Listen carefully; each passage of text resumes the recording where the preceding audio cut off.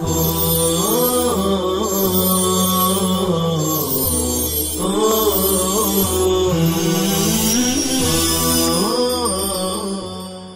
الله الرحمن الرحيم. الحمد لله رب العالمين والعاقبة للمتقين والصلاة والسلام على سيد الأنبياء والمرسلين نبينا محمد وعلى آله وصحبه وعلى من تبعهم بإحسان إلى يوم الدين وبعد. عزیز طلبہ کرام، ابھی تک ہماری گفتگو قضیہ حملیہ اور اس کی اقسام میں چل رہی تھی. اب ہم قضیے کی دوسری قسم قضیہ شرطیہ اور اس کی تعریف پڑھنے جا رہے ہیں.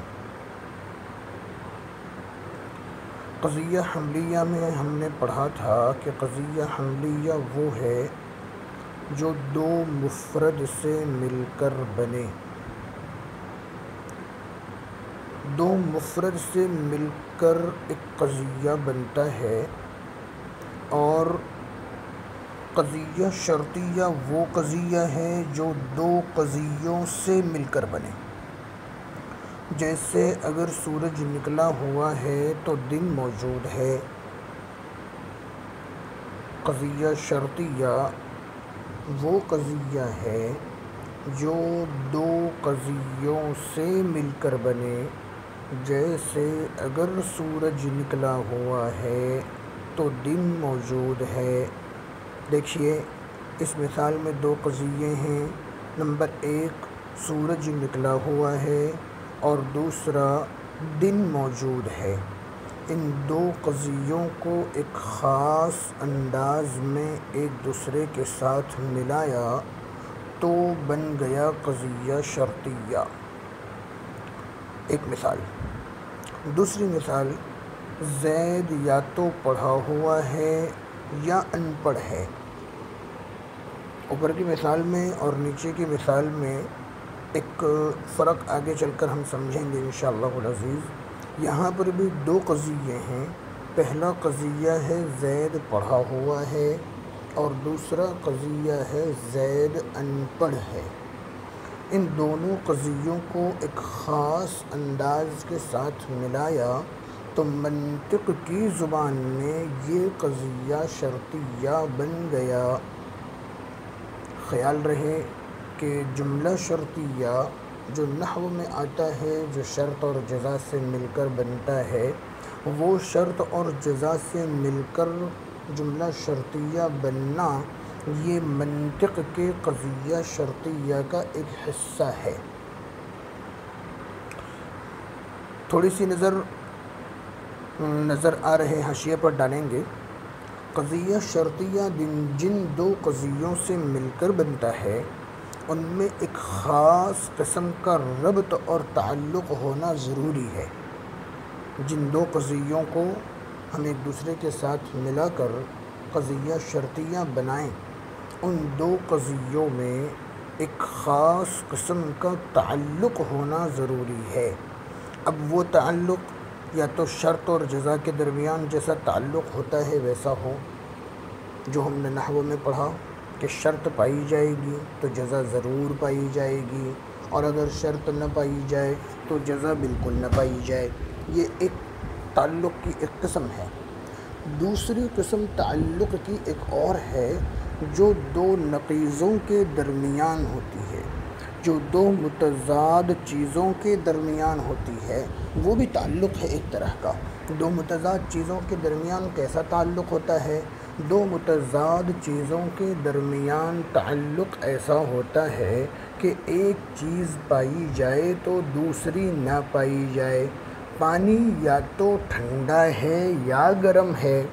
اب ظاہر سی بات ہے کہ ٹھنڈا اور گرم دونوں ایک ساتھ نہیں پائے جا سکتے، اس لیے کہ دونوں ایک دوسرے کی ضد ہے. تو یہ جو تعلق ہے یہ تعلق بھی قضیہ شرطیہ کے اندر ہونا چاہیے یا ہو پایا جا سکتا ہے منطق کے قضیہ شرطیہ میں۔ چلیے بہرحال یہ تو ہو گئی قضیہ شرطیہ کی تعریف۔ اب بتا رہے ہیں کہ قضیہ شرطیہ میں جو پہلا قضیہ ہوتا ہے، مذکورہ دو مثالیں اوپر گزریں، جس میں سے ایک مثال ہے سورج نکلا ہوا ہے تو دن موجود ہے، اور دوسری مثال ہے زید یا تو ان پڑھا ہوا ہے یا ان پڑھ ہے۔ ان دونوں مثالوں میں جو پہلا قضیہ ہے اس پہلے قضیے کو کہتے ہیں مقدم، جیسے سورج نکلا ہوا ہے، یا دوسری مثال میں زید پڑھا ہوا ہے۔ اور دوسرا قضیہ جو ہے اس کو کہتے ہیں تالی، جیسے دن موجود ہے یا دوسری مثال میں زید ان پڑھ ہے۔ جی یہ ہو گئی قضیہ شرطیہ کی تعریف اور قضیہ شرطیہ کے پہلے اور دوسرے جزو کے نام۔ پہلے کو مقدم کہتے ہیں اور دوسرے کو تالی کہتے ہیں۔ قضیہ شرطیہ کی دو قسمیں ہیں، قضیہ شرطیہ متصلہ اور قضیہ شرطیہ منفصلہ۔ شرطیہ متصلہ وہ قضیہ ہے جس میں ایک قضیے کو مان لینے پر دوسرے قضیے کے ثبوت یا نفی کا حکم ہو، یعنی پہلا اگر مان لیا جائے تو دوسرے قضیے کا ثبوت ہو یا دوسرے قضیے کی نفی ہو۔ اگر ثبوت ہو تو متصلہ موجبہ اور نفی ہو تو متصلہ سالبہ۔ یہ اب ضرور دھیان رکھیں گے کہ جہاں پر اثبات ہوگا وہاں موجبہ ہوگا، اور جہاں پر نفی ہوگی وہاں پر سالبہ ہوگا۔ مثبت اور منفی، موجبہ اور سالبہ ہم پچھلے اسباق سے پڑھتے چلے آ رہے ہیں۔ تو قضیہ شرطیہ متصلہ وہ قضیہ ہے جس میں ایک قضیے کے مان لینے پر دوسرے قضیے کا ثبوت ہو یا دوسرے قضیے کی نفی ہو۔ اگر زید انسان ہے تو جاندار بھی ہے۔ اب ظاہر سی بات ہے کہ اگر ہم تسلیم کر لیں کہ زید انسان ہے تو ہمیں یہ بھی تسلیم کرنا پڑے گا کہ وہ جاندار بھی ہے، اس لیے کہ ہم پیچھے کہیں پڑھ کر آئے ہیں کہ انسان جاندار ہوتا ہے۔ تو زید جب انسان ہے تو انسان کے لیے جو چیز ضروری ہے وہ بھی ماننی پڑے گی، اور وہ ہے جاندار ہونا۔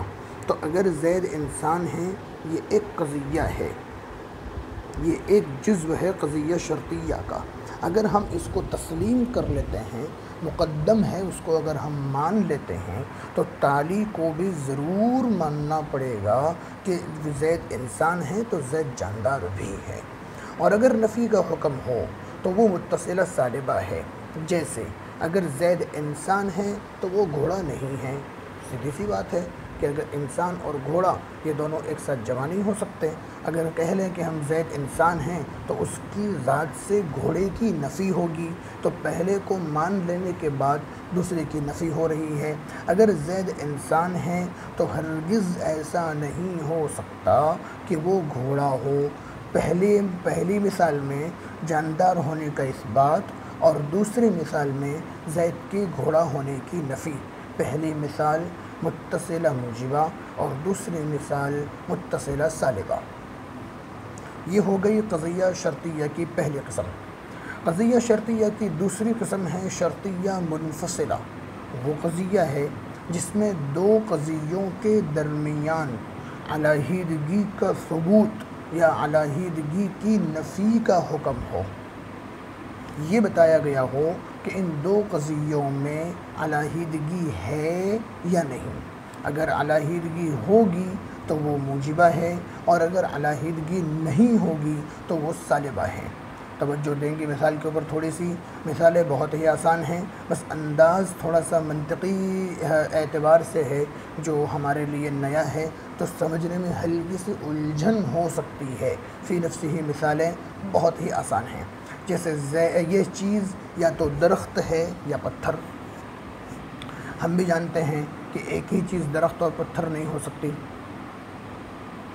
ایک ہی چیز درخت اور پتھر نہیں ہو سکتی ہے۔ اب کہنے والے نے کہا کہ یہ چیز یا تو درخت ہے یا پتھر ہے۔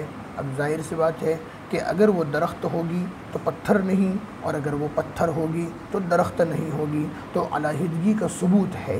دونوں چیزیں بیک وقت ایک ہی جگہ پر جمع ہو سکتی نہیں ہیں۔ اس مثال میں یہ حکم ہے کہ ایک ہی چیز درخت اور پتھر نہیں ہو سکتی۔ اور اگر علیحدگی کی نفی کا حکم ہو، یعنی یہ بتلایا گیا ہو کہ ان دونوں میں علیحدگی نہیں ہے، تو وہ منفصلہ سالبہ ہے۔ جیسے ایسا ہرگز نہیں ہو سکتا کہ یا تو سورج نکلا ہوا ہو یا دن موجود ہو۔ اس مثال میں شروع کے لفظ کو آپ ہٹا دیں، صرف مثال اتنی بولیں، جملہ اتنا بولیں، یا تو سورج نکلا ہوا ہے یا دن موجود ہے۔ یہ جو اسلوب ہے، یہ اسلوب ہمیں ایسا بتا رہا ہے کہ دونوں باتوں میں سے ایک بات ہوگی، یعنی یا تو سورج نکلا ہوا ہوگا یا دن موجود ہوگا۔ سورج نکلا ہوا ہے تو دن نہیں ہے، اور دن ہے تو سورج نکلا ہوا نہیں ہے۔ اسلوب ہمارا ایسا ہے۔ اس مثال کے شروع میں جب ہم نے ایک لفظ لگا دیا کہ ایسا ہرگز نہیں ہو سکتا، تو یہ ایسا ہرگز نہیں ہو سکتا والا جو کلمہ ہے، یہ کلمہ یا یہ جملہ اس لیے لایا گیا تاکہ بتایا جائے کہ آگے آنے والے دونوں قضیوں میں جدائیگی نہیں ہے، بلکہ دونوں ایک ساتھ ہیں۔ اس میں یہ حکم ہے کہ ان دونوں میں کوئی جدائیگی نہیں ہے، بلکہ دونوں ساتھ ساتھ ہیں، اس لیے کہ دن ہوگا تو سورج نکلا ہوا ہوگا، اور سورج نکلا ہوا ہوگا تو دن موجود ہوگا، دونوں ایک ساتھ چلیں گے۔ تو ایسا ہرگز نہیں ہو سکتا والا لفظ جو بڑھایا گیا، اس لفظ کو بڑھانے سے دونوں کے درمیان جدائیگی جو سمجھ میں آ رہی تھی یا مفہوم ہو رہی تھی، اس جدائیگی کی نفی کر دی گئی، اور بتایا گیا کہ اس میں علیحدگی بالکل بھی نہیں ہے، بلکہ دونوں ایک ساتھ ہیں۔ وصلی اللہ وسلم علی نبینا محمد وعلی آلہ وصحبہ وعلی من تبعہم بإحسان الی یوم الدین۔